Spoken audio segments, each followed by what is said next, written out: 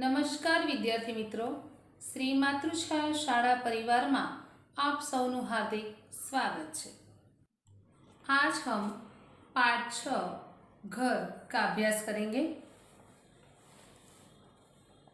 इस पाठ के लेखक हैं भोला भाई पटेल। उनका परिचय। डॉक्टर भोला भाई पटेल गुजराती भाषा के साहित्यकार हैं। उनका जन्म मेहसाणा गुजरात निकट सोजा गांव में हुआ था। बनारस यूनिवर्सिटी से हिंदी, संस्कृत और प्राचीन भारतीय संस्कृति के विषय में बीए की उपाधि प्राप्त की थी।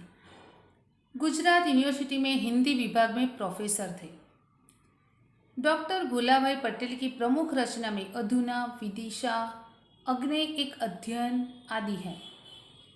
उनको अनेक पुरस्कारों से सम्मानित किया गया है। गुजराती साहित्य सभा की ओर से रणजीत राम सुवर्ण चंद्रक, हिंदी साहित्य सेवी सम्मान का श्री स्वामी सच्चिदानंद सम्मान भारत सरकार ने पद्मश्री से सम्मानित किया है। प्रस्तुत निबंध में लेखक शहर में स्थायी होने से गांव के घर को बेच देने का विचार करते हैं। वह मिट्टी का घर उनके परिवार ने बड़ी मेहनत से बनाया था। घर बेचने से पहले सब भाई एक बार इस घर में साथ रहने जाते हैं। लेखक की माँ पुरानी घटनाओं को याद करके रोने लगती हैं। अंत में घर न बेचने का निर्णय लेते हैं। घर केवल 4 दीवार और छप्पर वाला ही नहीं, लेकिन भावनाओं का प्रतीक होता है। अब हम घर पाठ पढ़ेंगे। गांव से शहर में स्थायी होने के बाद, स्थायी का अर्थ है कायमी। लेखक और उनके परिवार के लोग गांव से शहर में स्थायी होने के बाद लगभग बंद रहने वाले अपने छोटे से गांव के पुश्तैनी का अर्थ पीढ़ियों से चला आया हुआ घर को बेच देने का विचार आया। जिस मोहल्ले में हमारा घर है वहाँ के पुराने पड़ोसी तो अब शहर में रहने लगे थे। अधिकतर लोगों ने तो अपने पुराने घर बेच भी दिए थे। इसलिए शादी, मृत्यु जैसे अवसर पर किसी सामाजिक रिवाज के लिए या लंबी छुट्टियों में गांव के इस घर में रहने जाते तो बड़ा बेढंगा लगता। बेढंगा का अर्थ है अटपटा लगता। नए पड़ोसी आ गए हैं और उनसे सभी नाता ही नहीं बंध पाया है। वे हमें भी आगंतुक ही मानते थे। आगंतुक का अर्थ है अजनबी। इसलिए उस घर को रखने का कोई आकर्षण नहीं था। बंद रहने के कारण पुराना घर और जर्जरित होता जा रहा था। चौमासे में अधिक बरसात पड़ने पर, चौमासे यानी बरसात का मौसम, अधिक बरसात पड़ने पर टीन के छप्पर से भी पानी अंदर आता था, जिससे घर की एक मुख्य दीवार में दरार पड़ गई थी। खुले दालान एवं आंगन में कूड़े के ढेर लग जाते। इसलिए बूढ़ी माँ की अनुमति लेकर घर बेच देने का विचार पक्का कर लिया। योग्य ग्राहक मिले तो एक गांव में रहने वाले व्यवहार कुशल मित्र से बेचने की सिफारिश करके हम शहर चले आए। यानी यहाँ पर लेखक, उनके सभी भाई, सभी के परिवार तथा उनकी माँ शहर में स्थायी हो गए। गांव में लेखक का पुश्तैनी घर है, जिसे उनके दिवंगत पिता तथा उनकी माँ ने खुद परिश्रम से बनाया था। लेकिन गांव के अधिकांश लोगों ने शहर में स्थायी हो जाने के कारण अपने अपने घर बेच दिए हैं। अब उनमें नए लोग आ गए हैं जिनसे लेखक का कोई संबंध नहीं बना है। इसलिए लेखक भी अपनी बूढ़ी माँ की अनुमति से गांव का घर बेच देने का निश्चय करते हैं। परंतु उसी क्षण से मन में टीस सी उठी। टीस यानी रह रहकर उठने वाली पीड़ा बार बार मन को व्यग्र बनाता। विचार आने लगा कि पुश्तैनी घर क्यों बेचा जाए। 3-4 पीढ़ियों से चले आते मिट्टी के कमरे के स्थान पर मेरे पिता ने यह ईंट का पक्का घर बनवाया था। यानी तभी लेखक को यह सोचने पर, विचार करने पर मजबूर कर देता उनका मन में यह विचार आता है कि यह जो पुश्तैनी मकान है क्यों बेचा जाए, क्योंकि उनके दिवंगत पिता और माताजी ने उस घर को बनाया था। कहना चाहिए कि घर के सभी सदस्यों ने स्वयं मजूरी करके घर बनाया था। पिताजी इसके लिए अपनी बैलगाड़ी में ईंटें लाए थे। चिनाई के लिए गारा बनाने के लिए गांव के आंबा तालाब की चिकनी मिट्टी स्वयं खोद कर लाए थे। मेरी माँ ने सहतीर एक गारे के तसले चढ़ाए थे। तसले यानी लोहे के बर्तन। फिर शहर में अपने लड़कों के जब नए मकान बनने लगे तब उनके मकान वेतनभोगी सुपरवाइजरों की देखरेख में मजदूरों द्वारा बनते देखकर मन में थोड़ा खुश होते हुए माँ पिताजी अनेक बार गांव के घर को कैसे स्वयं मेहनत करके बनाया था उसकी बात करते हुए भावुक हो जाते थे। इसी घर में ही हम सभी भाई बंधुओं का जन्म हुआ था।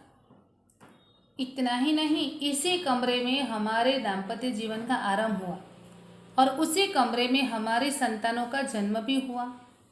जीवन में जो अनेक अच्छे बुरे प्रसंग आए, यह घर उनका साक्षी है। घर के आंगन में कैसे खेलते थे। एक दिन उस आंगन को पार कर कंधे पर थैला लटकाकर गांव की पाठशाला में पढ़ने गए थे। एक दिन उसी आंगन को पार कर दूर पर गांव पढ़ने गए। एक दिन उसी आंगन को पार कर शहर में जाकर बसे। इसी घर के आंगन में हमारी बहनों और भाइयों के विवाह मंडप बंधे थे। यही बिरादरी वालों के साथ झगड़े और स्नेह मिलन भी हुए थे। यहाँ पर लेखक अपनी पुरानी यादें ताज़ा कर रहे हैं। लेखक को घर से जुड़ी पुरानी यादें याद आती हैं। आंगन में खेलना, दूर गांव पढ़ने जाना, बहनों भाइयों के विवाह मंडप, पड़ोसियों से झगड़े, पशुओं के बांधने की जगह, दादा दादी मृत्यु, पिता की मृत्यु आदि आदि। यह सारी बातें उनको घर में आकर याद आने लगती हैं। हमारे घर के दोनों और दूसरे घर हैं। एक घर हमारे एकदम निकट के साथी का है, वह भी बंद है। मेरा मित्र रोजी रोटी कमाने देश के अनेक स्थलों में घूमने के बाद पत्नी की मृत्यु होने पर अब अहमदाबाद में रहता है। उसके बाद के मकान में काशी बुआ रहती थी। उनकी मृत्यु को वर्षों हो गए।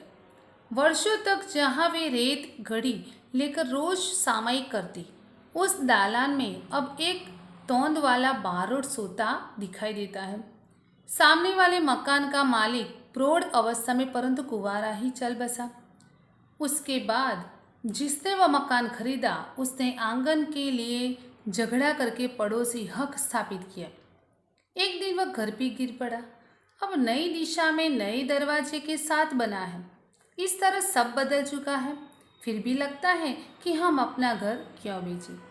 यहाँ पर लेखक को अपना जो पुश्तैनी घर है, लेकिन उसके आसपास रहने वाले सब बदल गए हैं, इसलिए लेखक सोचने पर मजबूर हो जाते हैं। लेकिन बाद में वह सोचते हैं कि हमारा घर तो पुश्तैनी है, तो हम अपना घर क्यों बेचें।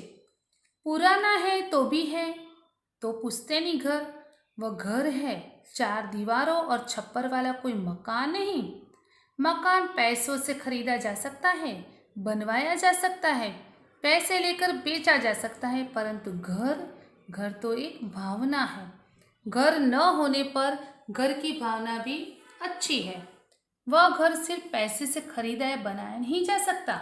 इसलिए लगने लगा कि भले ही घर पुराना होता जाए, जीर्ण होता जाए, भले ही गिर पड़े, परंतु वह बना रहे। यानी एक बार लेखक यह सोचने पर मजबूर हो जाते हैं कि यह हमारा पुश्तैनी घर है, तो हम क्यों बेचें, क्योंकि इस घर सिर्फ दीवारों और छप्पर वाला कोई मकान नहीं, लेकिन हमारी भावनाएं जुड़ी होती हैं। दूसरी ओर मन दूसरा तर्क करता है कि यह सब भावुकता है। यदि गांव में जाना ही ना हो तो वहाँ घर रखने का क्या अर्थ है। अच्छे पैसे मिल रहे हैं, इतने पैसे फिक्स डिपॉजिट में रखे तो भी। यानी एक और ऐसा भी तर्क लेखक को आता है। अंत में निकाल देने का ही निर्णय लिया, परंतु हम सब भाइयों ने एक बार सब परिवार अपने उस घर में कुछ दिन एक साथ रहने के लिए सोचा। हमेशा के लिए निकाल देना है तो एक बार उस घर में सब एक साथ रह ले।